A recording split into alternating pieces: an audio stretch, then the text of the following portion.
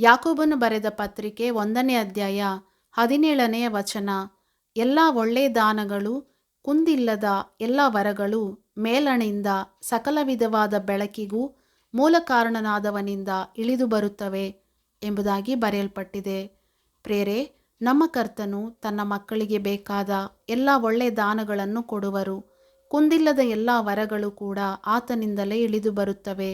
ಯಾವ ಸ್ಥಿತಿಯಲ್ಲಿ ನೀನು ಜೀವಿಸುತ್ತಿದ್ದರೂ ನಿನಗೆ ಬೇಕಾದ ಅವಶ್ಯಕತೆಗಳೆಲ್ಲವನ್ನು ಪೂರೈಸುವ ಒಳ್ಳೆಯ ಕರ್ತನು, ಯೇಸುವಿನ ರಕ್ತದಿಂದ ತೊಳೆಯಲ್ಪಟ್ಟ ನಿನ್ನ ಜೀವಿತಕ್ಕೆ ಬೇಕಾದಂತಹ ರಕ್ಷಣೆಯನ್ನು, ಪವಿತ್ರಾತ್ಮನ ಅಭಿಷೇಕವನ್ನು, ಎಲ್ಲ ಆತ್ಮಿಕ ವರಗಳನ್ನು ನಿನಗೆ ಕೊಟ್ಟು ಆಶೀರ್ವದಿಸಿ ಸಂತೃಪ್ತಿಪಡಿಸಿ ಪರಲೋಕಕ್ಕಾಗಿ ನಿನ್ನನ್ನು ಸಂಪೂರ್ಣರನ್ನಾಗಿ ಮಾಡಬೇಕೆಂಬುದು ದೇವರ ಉದ್ದೇಶ. ನಮ್ಮನ್ನು ಹುಟ್ಟಿಸಿದ ಆತನು ಆತನಲ್ಲವೇ? ಆತನೇ ಎಲ್ಲ ಸದುಪಾಯಗಳನ್ನು ಒದಗಿಸುವರು.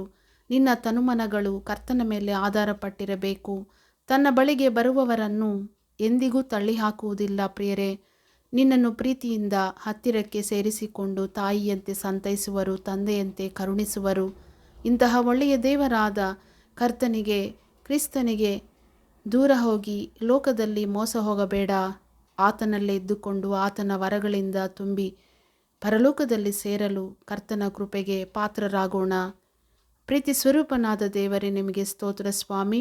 ನಿಮ್ಮ ಮೇಲೆ ಭರವಸವಿಟ್ಟು ನಿಮ್ಮ ವಾಕ್ಯಗಳಿಗೆ ಒಪ್ಪಿಸಿಕೊಟ್ಟಿರುವವರೆಲ್ಲರನ್ನೂ ಕರ್ತನೆ ಪರಲೋಕ ರಾಜ್ಯಕ್ಕಾಗಿ ಸಿದ್ಧಪಡಿಸಿ ಎಲ್ಲ ದಾನಗಳಿಂದ ಸುವರಗಳಿಂದ ತುಂಬಿಸಿ ಸಹಾಯ ಮಾಡಿ ಆಶೀರ್ವದಿಸಬೇಕೆಂಬುದಾಗಿ ಯೇಸುವಿನ ನಾಮದಲ್ಲಿ ಬೇಡಿ ಹೊಂದಿದ್ದೇವೆ ತಂದೆಯೇ, ಆಮೇನ್.